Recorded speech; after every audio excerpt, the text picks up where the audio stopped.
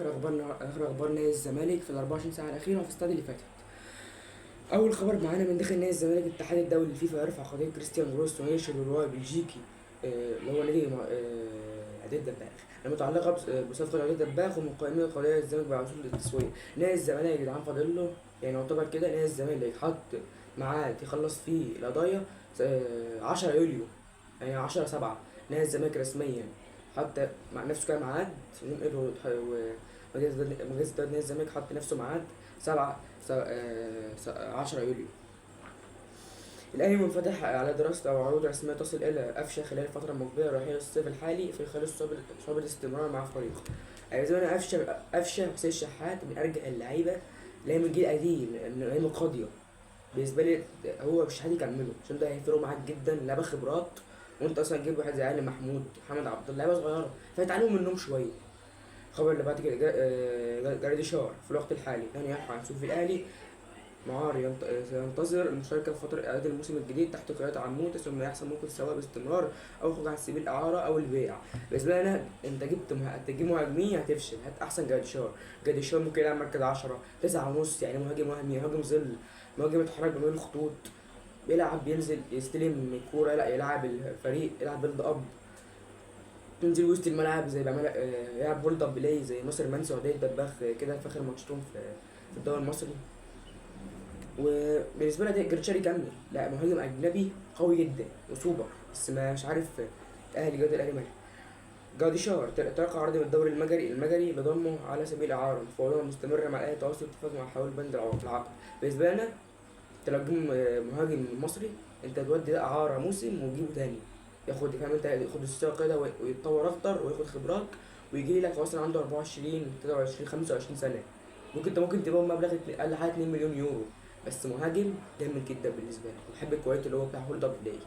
خبر بعد كده الاهلي بدا البحث عن بديل التونسي انيس بوجلبان لاداره السكاوتنج، وهناك مشوار حالي تم بين مسؤولي اداره الكوره لاختار البديل، سيكون مصيره بنسبه كبيره مع وجود كثره من المرشح.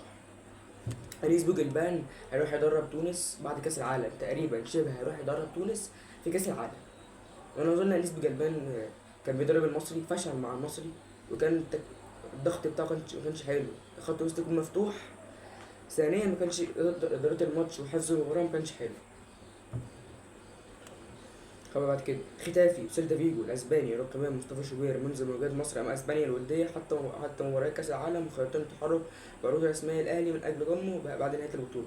طبعا في عرض كمان قلت لكم فيديو من الفيديوهات اللي فاتت، من فيديوهين قلت لكم ان استون فيلا بيراقب مصطفى شوبير. الخبر اللي بعد كده مصطفى شوبير اصبح هدفا محتملا لانديه الدوري الانجليزي الممتازه على سلسله من العروض المميزه التي قدمها خلال بطوله كاس العالم حاليا، وهناك ناديين من الدوري الانجليزي يراقبون الحارس قرب مستوياته ومنتخب مصر. المعروض حاليا هو مين اللي بيراقبوه نادي واحد اللي طلع في الاخبار هو استون فيلا هيكون بديل. بص بقى الخبر ده، خبر ده الاهلي والزمالك ولا حتى اخبار بيراميدز اللي هي اللي طالعه على الساحه. خبر بتروجيت، خبر في الجول من نادي بانكوك في الدوري الدرجه الثانيه التايلاندي. بتروجيت يقترب من ضم الاسترالي التوجي نينجي اتانا اينا الجناح الايسر صاحب 26 عام. بيقول لك لعيب سوبر، لعيب قوي جدا، لعيب هداف، اللاعب ده لو جه هيفرق جدا. رسميا تورينو خبر بعد كده، رسميا تورينو الايطالي يتفاوض مع امام عاشور.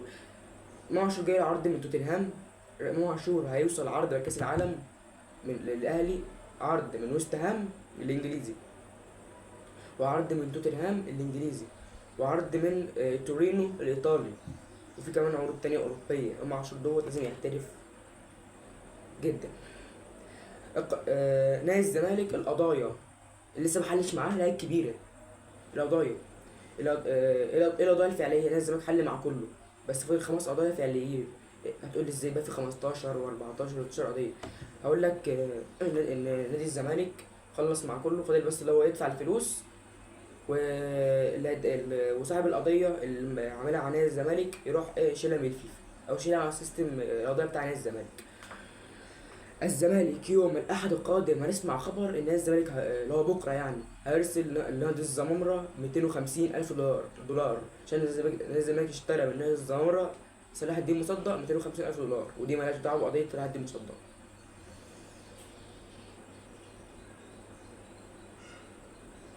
ثانية معانا بس الخبر.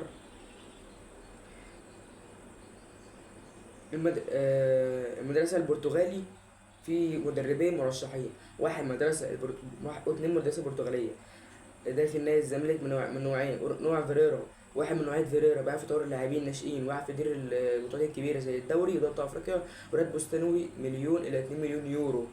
المدرب التاني بيعرف يلعب الإقصائيات أو النوك أوت زي كاس ودوري أبطال أفريقيا وذهاب وإياب، وراتبه من 450,000 دولار ل 650,000 دولار. وبالنسبة لنا في مدرب يعني طالع اسمه ريكاردو بينتو. ريكاردو بينتو مدرب برتغالي بيدرب في الدوري القبرصي، واخد بطولة كاس قبرص أو كاس السوبر القبرصي حاجة زي كده في الموسم اللي فات أو لسه منتهي. بالنسبة لنا نادي الزمالك يجيب دي صبر، سباستيان دي صبر اللي جاي نادي الزمالك وبقى بيلعب الدوريات، بيقول خد 5 دوري، خد مع اسك ميموزا وخد مع الترجي وخد مع الولاد وخد مع فريق اول فريق مسكه خالص في الدرجه الخامسه في الدوري الفرنسي، خد معاه دوري واخد دوريات واخد بطولات، وصعد كاس العالم مع منتخب كونغو الديمقراطيه. انا بالنسبه لي هو الانسب لنادي الزمالك في الفتره الحاليه هو سباستيان دي صبر. كمان نادي الزمالك حاطط اخره 65 الف دولار لسباستيان دي صبر او اي مدرب برتغالي. والمدرب البرتغالي ده اصلا اللي هو ريكاردو بينتو مرشح نادي الزمالك بياخد 65,000 دولار، وحاليا بيدرب معرفش بس تقريبا الموسم اللي فات كان بيدرب في الدوري القبرصي وكسب كاس قبرص. وانتهت حياتنا لغاية هنا. قبل ما تطلع من الفيديو ما تنساش تعمل اشتراك ولايك وتنسخ الرابط وتفتح جهاز التنبيهات، وسلام.